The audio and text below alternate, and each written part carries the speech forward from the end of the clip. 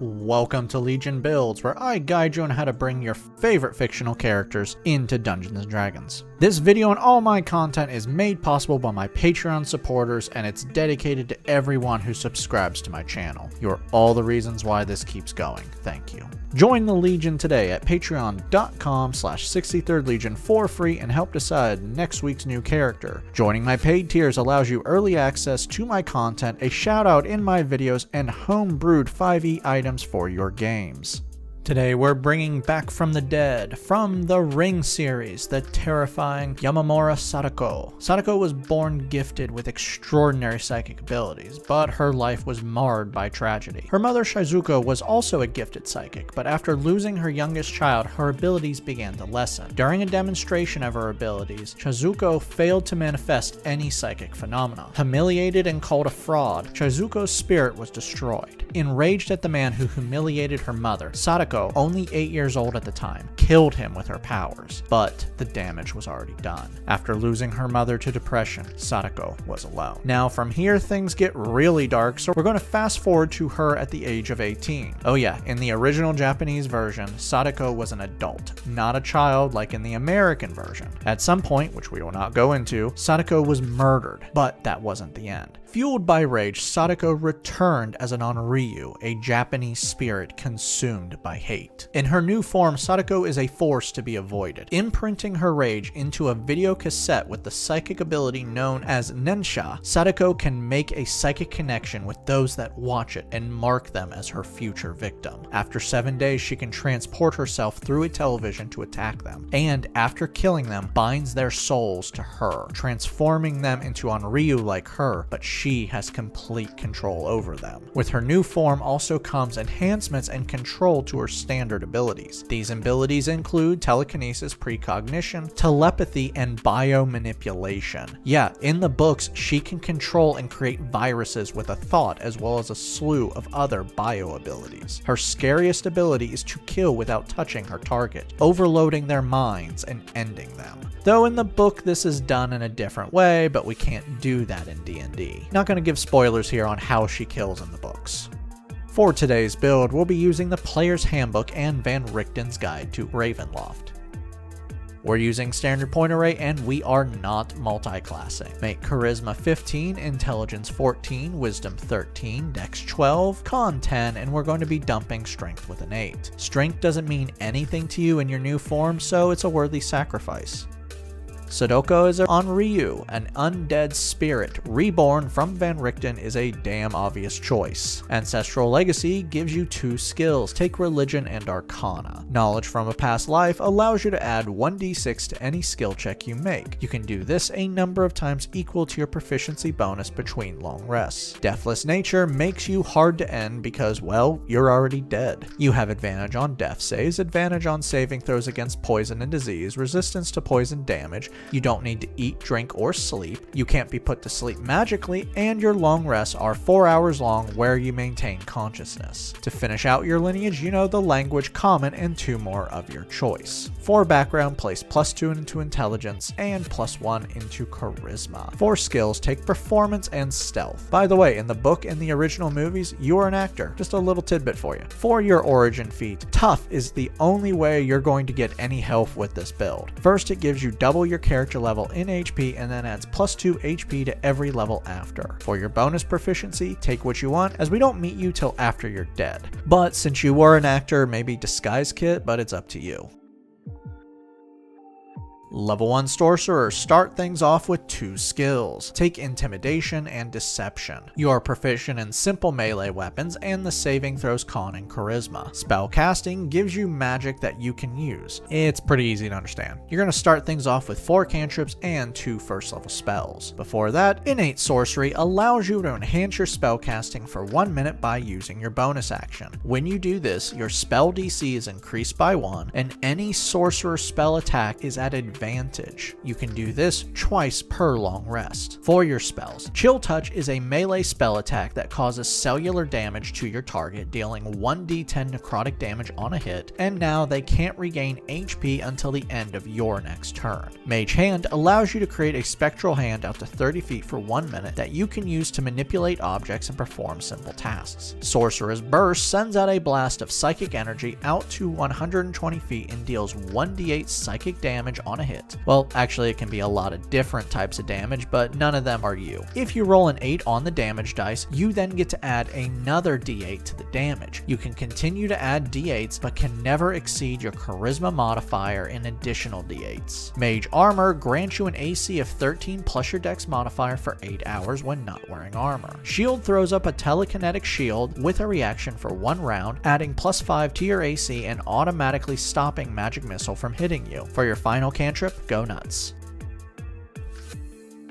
Level 2 Sorcerers gain Font of Magic. These are sorcery points that equal your sorcerer level that you can use to perform special features. You can also use these to regain spell slots with a bonus action, or burn spell slots to regain sorcery points for free. You regain all used sorcery points at the end of a long rest. Meta Magic grants you new features that you can use your sorcery points on. You're starting off with 2 Meta Magic options and can only use one option at a time unless a feature states you can do so. For these options, Distant Spell costs 1 sorcery point, and now if your spell has a range of 5 feet or more, the distance is doubled, and if it has a range of touch, it now has a range of 30 feet. Subtle Spell costs 1 sorcery point, and now the spell doesn't have any components unless it requires a material component to be consumed in the spell. Hard to counter a spell if they don't know you're doing it. For your new spell, Featherfall telekinetically slows you down from falling with a reaction for 1 minute, stopping all fall damage if you hit the ground before the spell is up.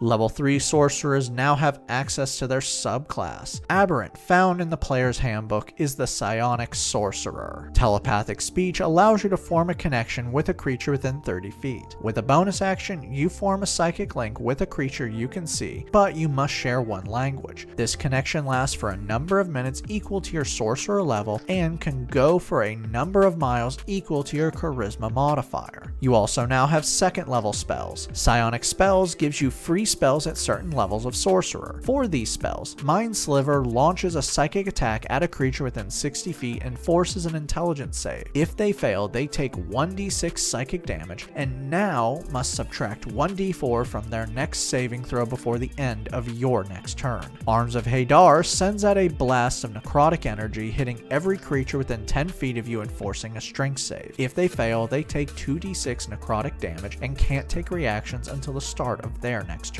Dissonant Whisper sends out a psychic attack at a creature within 60 feet, forcing a wisdom save. If they fail, they take 3d6 psychic damage and must now use their reaction, if they can, to run away from you. Calm Emotions creates a 20-foot radius sphere out to 60 feet from you. Each creature within the sphere must make a charisma save. If they fail, they are now affected by one of 2 effects of your choice for 1 minute while you maintain the spell. For these effects, the creature becomes immune to charmed and frightened conditions, and if they are already being affected by those conditions, they are suppressed. Or the creature becomes indifferent to other creatures of your choice. This effect stays until the spell ends, they take damage, or they see their allies take damage. Detect Thoughts allows you to sense surface thoughts of creatures. For 1 minute while you maintain the spell, you can sense the minds of hidden creatures within 30 feet, or target one creature within 30 feet of you that you can see, and you will now know what is on their mind the most. This helps with answering questions, as they can't lie if they automatically think of the answer. You can also push further into their mind by forcing a wisdom save. This spell doesn't work if the creature can't speak a language or isn't telepathic. For your new spell, Blur distorts your image with static for 1 minute while you maintain this spell, and now all attacks against you are at disadvantage. Level 4 Sorcerers earn our first ability score improvement. Let's take a feat. Fey Touch adds +1 to your wisdom and then gives you 2 spells that you always have prepared, and you can cast them both without a spell slot once per long rest. For these spells, Misty Step is a 30-foot teleportation you make with a bonus action. For your second spell, you choose from Divination or Enchantment Schools of Magic. Let's grab some Precognition with Gift of Alacrity from Wildmount. This adds 1d8 to your initiative rolls for 8 hours. We never really see the extent of your precognition, we just know that you can see things for a certain amount of time in the future. For your new spells, Tasha's Mind Whip sends out a psychic blast out to 90 feet, forcing a creature within range to make an intelligence save or take 3d6 psychic damage, and until the end of its next turn, it can't take reactions. Also, on its turn, it can only do one thing: move, take an action, or take a bonus action. You get another cantrip here, have fun choosing. Level 5 Sorcerers receive Sorceress Restoration. You can regain up to half your Sorcerer level in sorcery points after a short rest, but only once per long rest. You also gain 3rd level spells for your Psionic spells. Sending telepathically sends a message to one creature you've met or describe. This message can be up to 25 words, and the spell has an unlimited range, but there is a chance the message will fail if it crosses dimensions. They can also answer you in return with 25 words or less. You only ever say 6 words, though maybe you can ask them how their day is going otherwise. Hunger of Hadar unleashes a void of madness, creating a 20-foot radius sphere of pure darkness out to 150 feet. This sphere is difficult terrain, and sounds of terror and madness can be heard from within for 30 feet in all directions. Any creature that ends its turn within the sphere must make a dex save or take 2d6 acid damage, and any creature that starts its turn within the sphere must make a dex save or take 2d6 cold damage. For your new spell, Clairvoyance allows you to spy on a location within 1 mile for 10 minutes while you maintain the spell. Choosing a location you're familiar with or a obvious location that you can describe, like a door, and when you cast this spell you can choose a sense, sight, or hearing. While the spell is active, you can use this sense through the sensor, and with a bonus action you can switch the senses. Fear awakens true dread by unleashing a 30-foot cone from you. Every creature within the cone must make a wisdom save or become frightened of you for 1 minute while you maintain the spell. When they become frightened of you, they must drop everything they are holding and use their dash action to escape you, and they can't retake the save until they break line of sight from you. You've hit character level 5, bring your proficiency bonus to +3. Chill Touch, Sorcerer's Burst, and Mind Sliver now deal 2 damage dice each. Level 6 Aberrant Mind Sorcerers now have Psionic Sorcery. Now when you cast a spell from your Psionic spells that are level 1 or higher, you can cast it without a spell slot by spending sorcery points that equal the spell level, and now it no longer requires any component unless it requires a material component to be consumed. For your new spell, Mind Spike drives painful psychic energy into a target within 120 feet, forcing a wisdom save and dealing 3d8 psychic damage. Also, if they fail for 1 hour while you maintain the spell, you will always know their location as long as you are on the same plane of existence, even if they turn invisible. Level 7 Sorcerers gain Sorcery Incarnate. Now, if you don't have any use of innate sorcery left, you can spend 2 sorcery points to use the bonus action anyway. Also, now when innate sorcery is active, you can use 2 meta magic options per spell, but you still must pay the total cost. You also gain 4th level spells. For your Psionic spells, Evard's Black Tentacles creates a 20-foot square for 1 minute while you maintain this spell out to 90 feet from you. This square is full of squirming tentacles. It's not really you. Each creature within the square must make a strength save or take 3d6 bludgeoning damage and is restrained. They must take their action to make an athletics check to escape. Summon Aberration calls forth one of your enslaved souls to fight with you. Well, not really, but the class and subclass doesn't give us undead servants, but this works just fine. For 1 hour while you maintain this spell, you call forth a spirit to serve you. You choose its form from Mind Flayer, Beholderkin, or Slad to decide its abilities. It obeys every command and follows your turn. For your new spell, Dimension Door is a 500-foot teleportation. You teleport to a location you can see, describe, or envision. But if you teleport into something, the spell fails and you take 4d6 force damage. Level 8 sorcerers earn another ability score improvement, bump up charisma. For your new spell, take what you want. Level 9 sorcerers now have 5th level spells. For your psionic spells, telekinesis allows you to move objects with your mind up to 60 feet away for 10 minutes while you maintain the spell. While active, you can lift objects or people, forcing a strength save on the creature. If they fail, you can move them 30 feet and you restrain them. Rory's telepathic bond creates a telepathic bond for 1 hour with up to 8 willing creatures within 30 feet of each other, and this extends out to a limitless range while the spell is active. For your new spells, take what you want, you get 2 here. You've reached character level 9, raise your proficiency bonus to +4.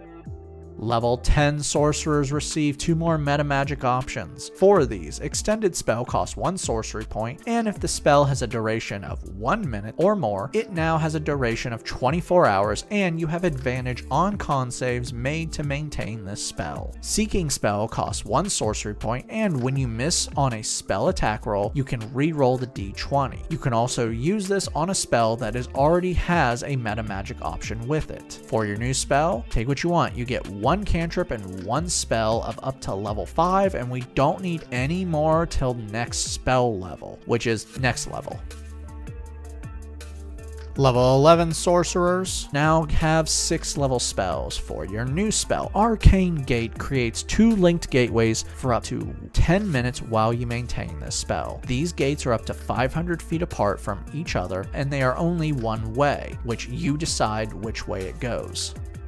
You're now character level 11. Chill Touch, Sorcerous Burst, and Mind Sliver now deal 3 damage dice each. Level 12 sorcerers earn another ability score improvement, cap off charisma. Level 13 sorcerers gain 7th level spells. For your new spell, Teleport gives you an unlimited range teleportation. You and up to 8 willing creatures can teleport to any location you wish, but this could go wrong. The less familiar you are to the location, the more likely there is a chance something bad will happen. But if it is to a teleportation circle, or you have something from that location, the teleport will work 100% of the time. You've reached character level 13, bring your proficiency bonus up to +5. Level 14 aberrant sorcerers get Revelation in Flesh. Now with a bonus action, you can spend 1 sorcery point or more to gain new features for up to 10 minutes, gaining a new feature per point spent. These features can be a flying speed, and you can hover, can now see invisible creatures, can squeeze through narrow openings, or gain a swimming speed. I would just go with the flying speed and hover, as well as maybe being able to see invisible creatures. Level 15 sorcerers receive 8th level spells. For your spell, Power Word Stun targets a creature within 60 feet. If they have 150 HP or lower, they are stunned and has its speed reduced to 0. A stunned creature automatically fails strength and dex saves. All attacks against it are at advantage. It can't speak, can't take actions, reactions, or bonus actions, loses concentration on spells, and has disadvantage on initiative rolls. The stunned creature can take a con save at the end of its turns to end the spell. Level 16 sorcerers earn another ability score improvement. Drop this into Dex for better AC. Level 17 sorcerers gain their final meta magic option. For your final 2, take what you want. We don't really need any more, but you can have some fun with this. You also gain 9th level spells, and now it's time to get the fun spells. For your new spell, Psychic Scream from Xanathar's unleashes your rage. You choose up to 10 creatures within 90 feet and you force an intelligence save. On a failure, they take 14d6 psychic damage and are now stunned. They remain stunned until they make an intelligence save at the end of their turn. You've hit the final milestone, character level 17. Max out your proficiency bonus at +6. Chill Touch, Mind Sliver, and Sorcerous Burst now do 4 damage dice each. Level 18 Aberrant Sorcerers get their final subclass feature, Warping Implosion. With an action, you teleport up to 120 feet, and each creature within 30 feet of the space you teleported from must make a strength save or take 3d10 force damage and be pulled straight from where you left. Not really you, but damn is that cool. You can use this feature once per long rest, or you can spend up to 5 sorcery points to use it again. For your new spell, Power Ward Kill targets one creature within 60 feet. If they have 100 HP or fewer, they die, but if they have more than that, they take 12d12 psychic damage. No saves. They either die or have a bad headache that might kill them. Level 19 Sorcerers earn an epic boon. This is a feat that only character level 19 can have, or you can have a normal feat or ability score improvement. For your boon, Boon of Night Spirit adds +1 to any stat. I don't care where you place this, I'm going with Charisma for no other reason than I want to. Also, now while in Dim Light or Darkness, you can go invisible with a bonus action, and this lasts until you take an action, bonus action, or reaction. Even better, while in Dim Light or Darkness, you become more ghost-like and now have resistance to all damage except for Psychic and Radiant. For your new spell, take what you want. You now have access to extremely powerful spells, so have fun. Our final level is level 20 Sorcerer, and you get Arcane Apotheosis. Now when innate sorcery is active, you can use one magic option for free each turn. For your final spell, take what you want. Now that we've hit level 20, let's recap. Your stats are Strength 8, Dex 14, Con 10, Intelligence 16, Wisdom 14, Charisma 21. Let's dive in.